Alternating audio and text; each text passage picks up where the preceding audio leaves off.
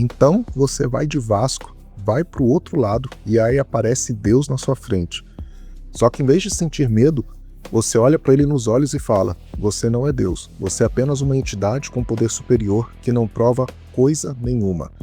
Prove com dados. Aí Deus fica bravo e, como punição, te manda de volta para o mundo como uma criança no meio de uma guerra. Só que tem um detalhe: essa criança vira o ser humano mais perigoso e perverso daquele planeta. Isso é a Saga of Tanya the Evil. E antes de você me falar que já sabe do que se trata, eu preciso que você fique até o final desse vídeo, porque a gente vai falar de coisas que a maioria das análises ignora. Inclusive sobre uma acusação gravíssima que esse anime recebeu lá na China. Você já sabe qual que é? Bom, e eu também vou mostrar a resposta que o próprio autor dessa obra deu para os chineses. Então, segura a respiração, porque esse aqui é um dos isekais mais completos e incompreendidos da história. O anime começa no Japão moderno, como um gerente de empresa, sem nome. Esse cara é o tipo de pessoa que todo mundo conhece e ninguém suporta. Eu tenho certeza que você já conheceu alguém assim. Ele é frio, calculista, completamente desprovido de empatia. Ele demite um funcionário por baixo desempenho, usando a linguagem corporativa mais seca possível, sem culpa nenhuma. Aí esse funcionário, tomado pelo desespero, empurra ele na frente de um trem.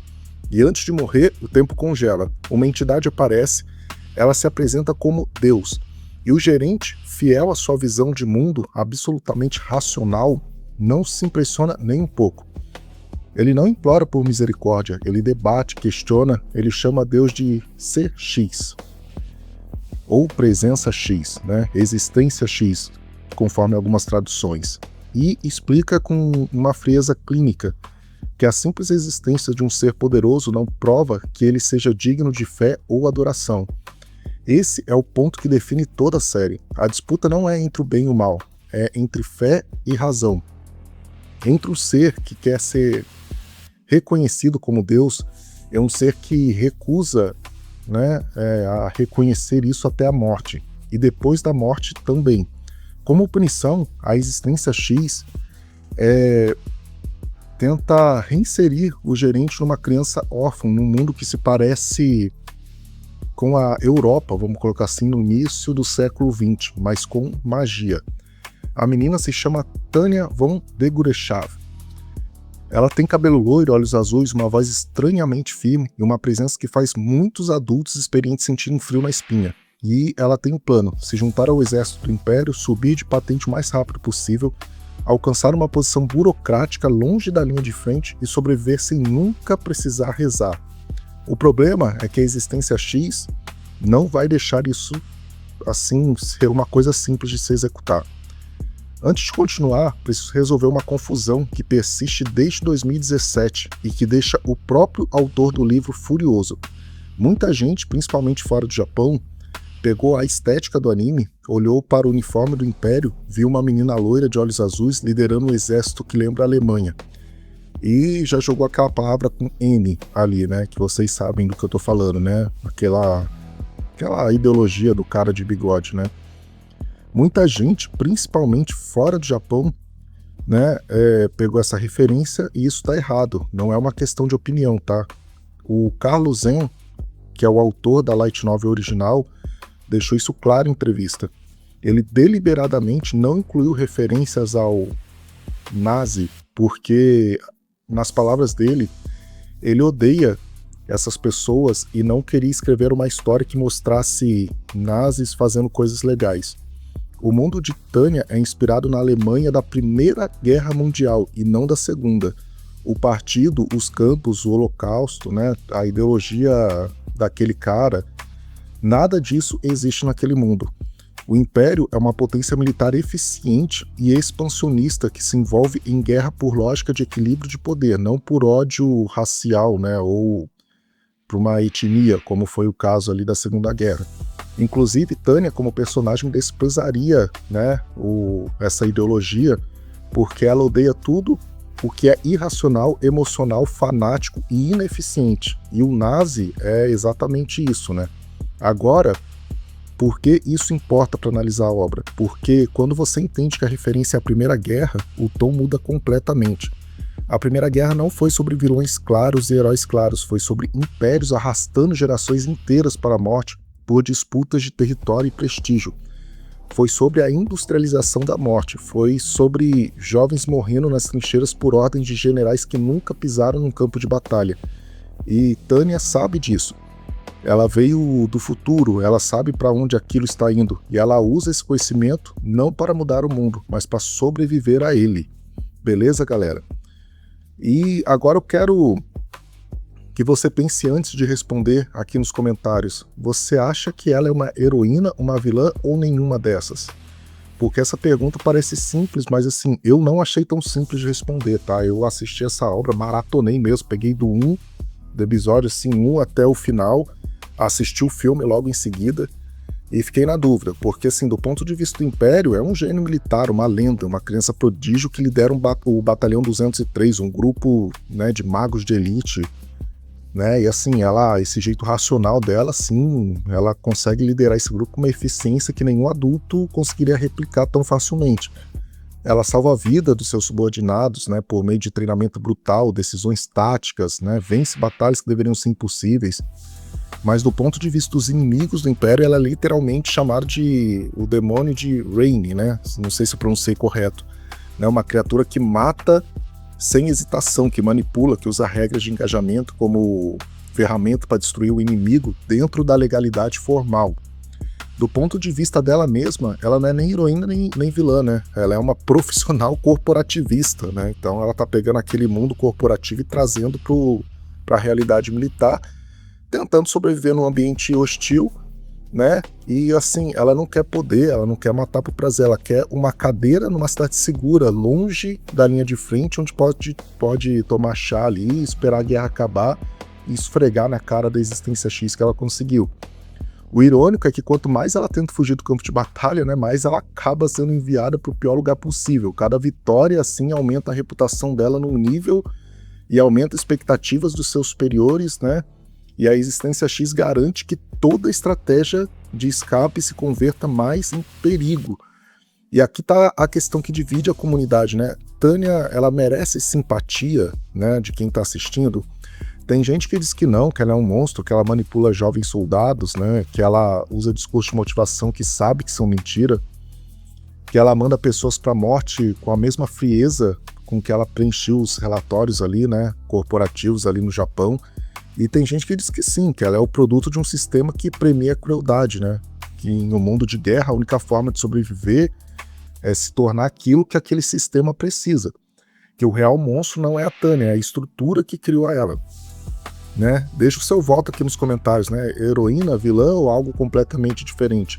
Eu queria saber, porque honestamente eu não formei uma opinião ainda, tá, pessoal? Eu, Kaizen Verso Animes, eu ainda não sei assim classificar se ela seria uma heroína, uma anti-heroína, uma vilã, tá? Eu tenho que pensar um pouco. Eu sei que foi confirmada a segunda temporada, talvez assim, nessa outra temporada, quando estrear a gente começar a assistir, eu consiga formar uma opinião, mas assim, eu tô bem na dúvida por enquanto, tá?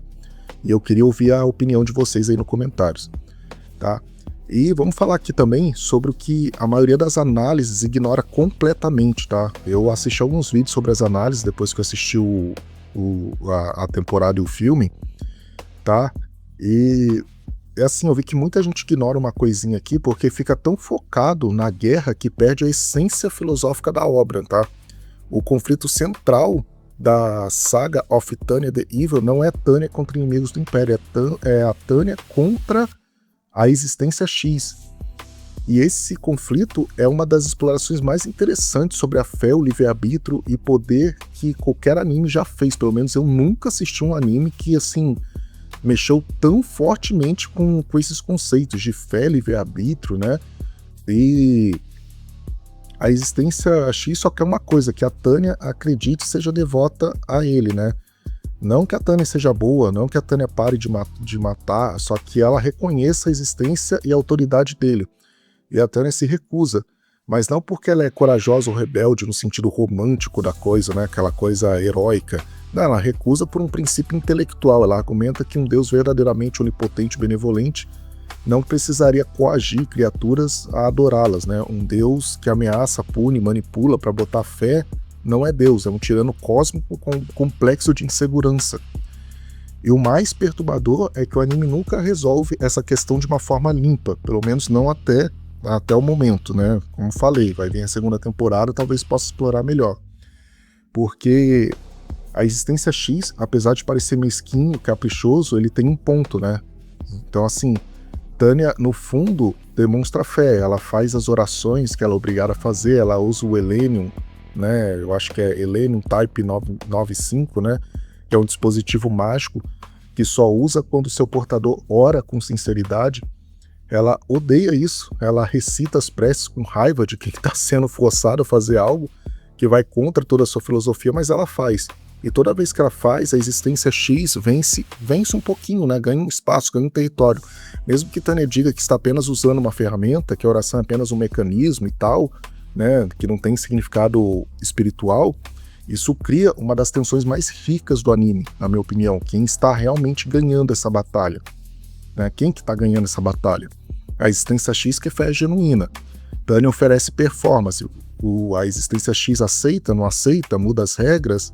Essa negociação de poder entre o humano e o divino é o que faz, né, esse anime ser mais do que um anime de guerra com magia, né, um isekai de guerra com magia. É uma obra sobre o que está acontecendo quando dois tipos de soberania se recusam a se dobrar um ao outro.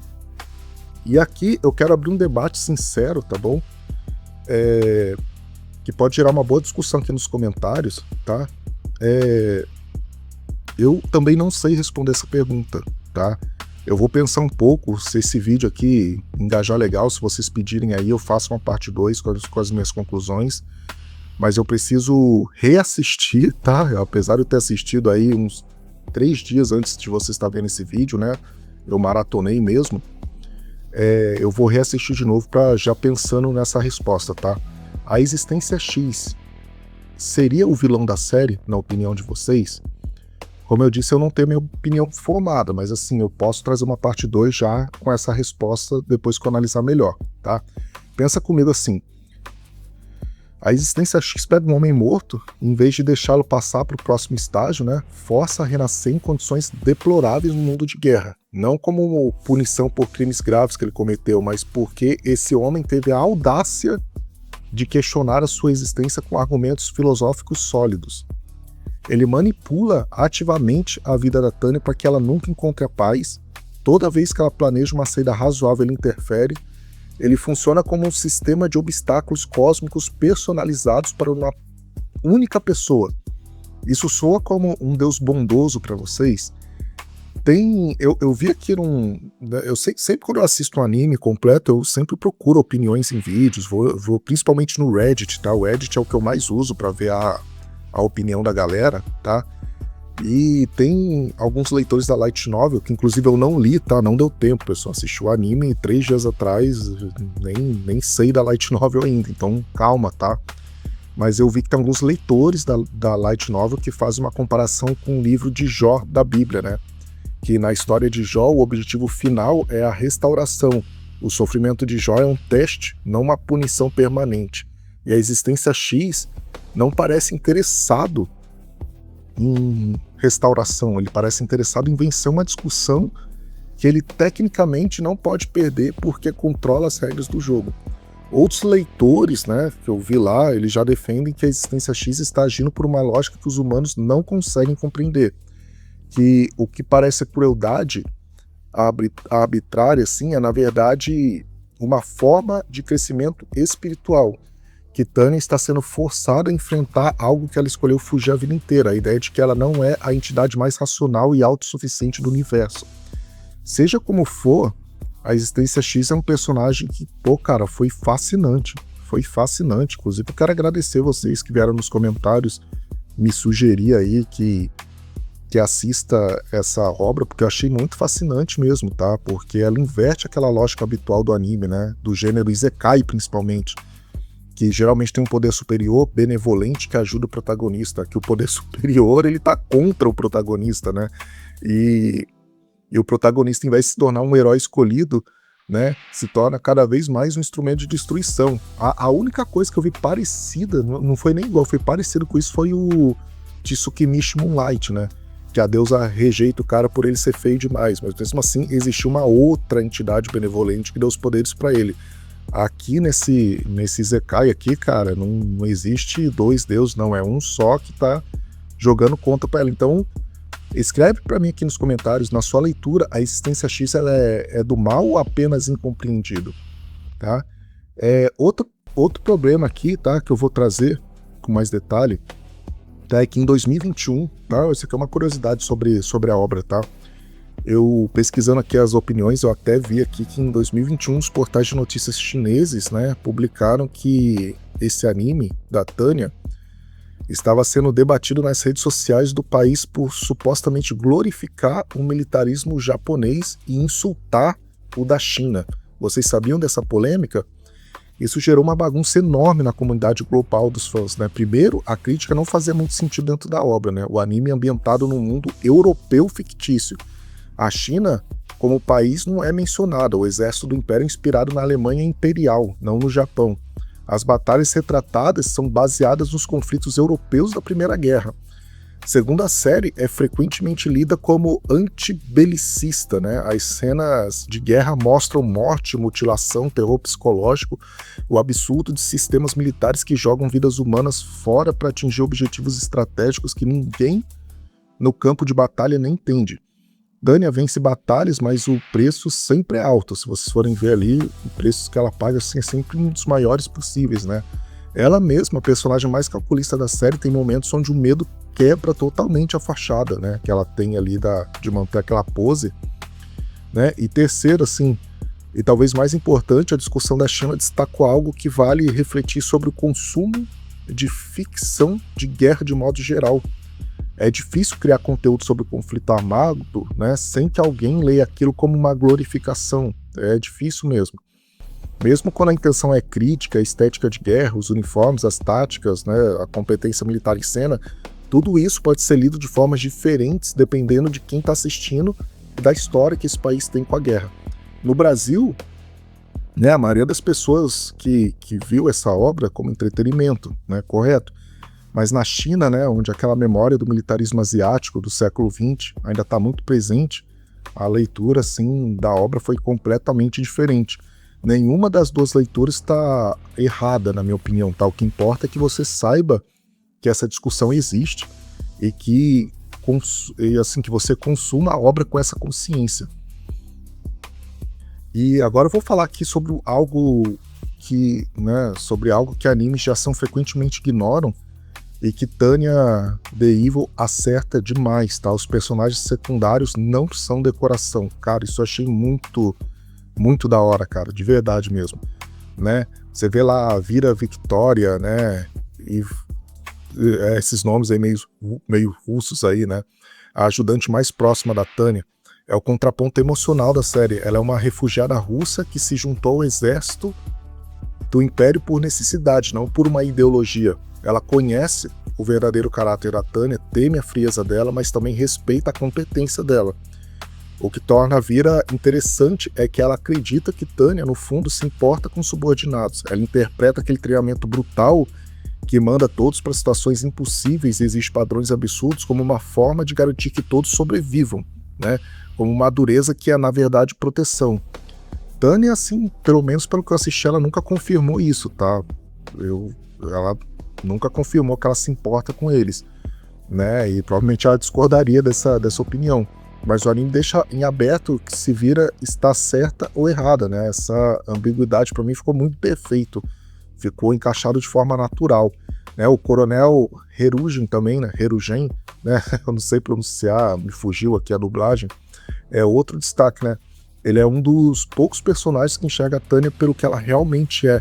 Não uma criança prodígio, né? Mas uma pessoa assim, assustadora, uma psicopata de verdade, né? Ele é um adulto racional que reconhece que há algo profundamente errado com aquela menina e se vê na posição paradoxal mesmo, tá? De depender exatamente desse elemento errado para vencer uma guerra. Essa dinâmica de eu sei que você é um monstro, mas você é o meu monstro, né? Minha malvada favorita, vamos colocar assim.